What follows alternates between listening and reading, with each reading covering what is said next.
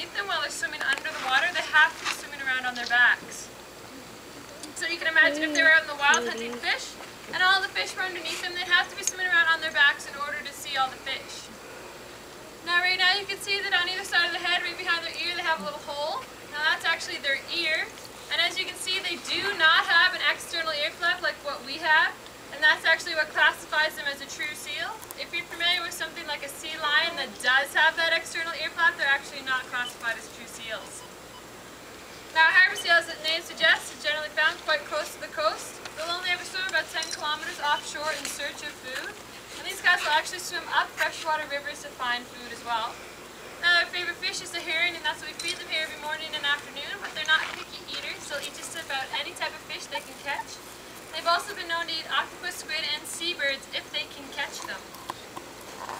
Now a harbor seal can generally swim about 20 kilometers per hour, but in short bursts or when in pursuit of prey, they can reach speeds upwards of about 30 kilometers per hour. They can hold their breath for up to about a half an hour, and they can dive down in the water about 300 feet. Now a harbor seal in the wild would generally live about 10 to 15 years, but here in captivity they can live upwards of about 30 years. Now they can still live a pretty good life out in the wild, and that's because they don't really have a whole lot of natural predators. The only things out in the wild that would eat them would be something like a killer whale or a great white shark. And since we don't really have a lot of those guys around here, they can live a pretty safe life out in the bay.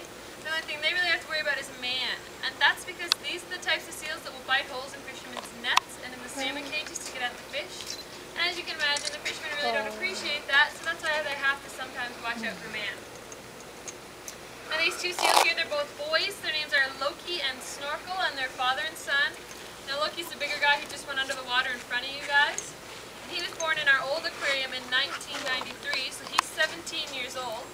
And after he was weaned, so after he stopped nursing his mother, he moved to a place called Storybook Gardens in London, Ontario, where he met a very cute little female. That's where Snorkel came from, this little guy who's just going to pop up right there.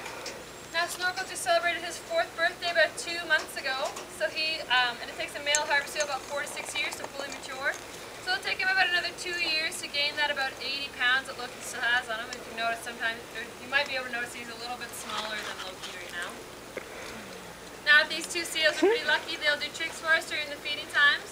We do these tricks with them not to make them into circus animals, but for mental stimulation, so they don't get bored. We come out here twice a day to do these tricks with them, just to entertain them.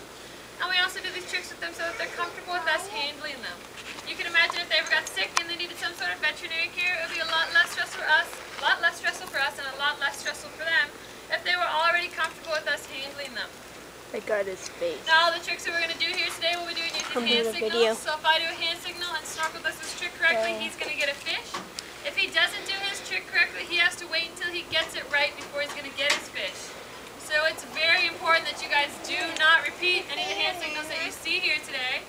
Because if you do a hand signal and he does a trick, and he doesn't get a fish, he may get confused and he may not do the trick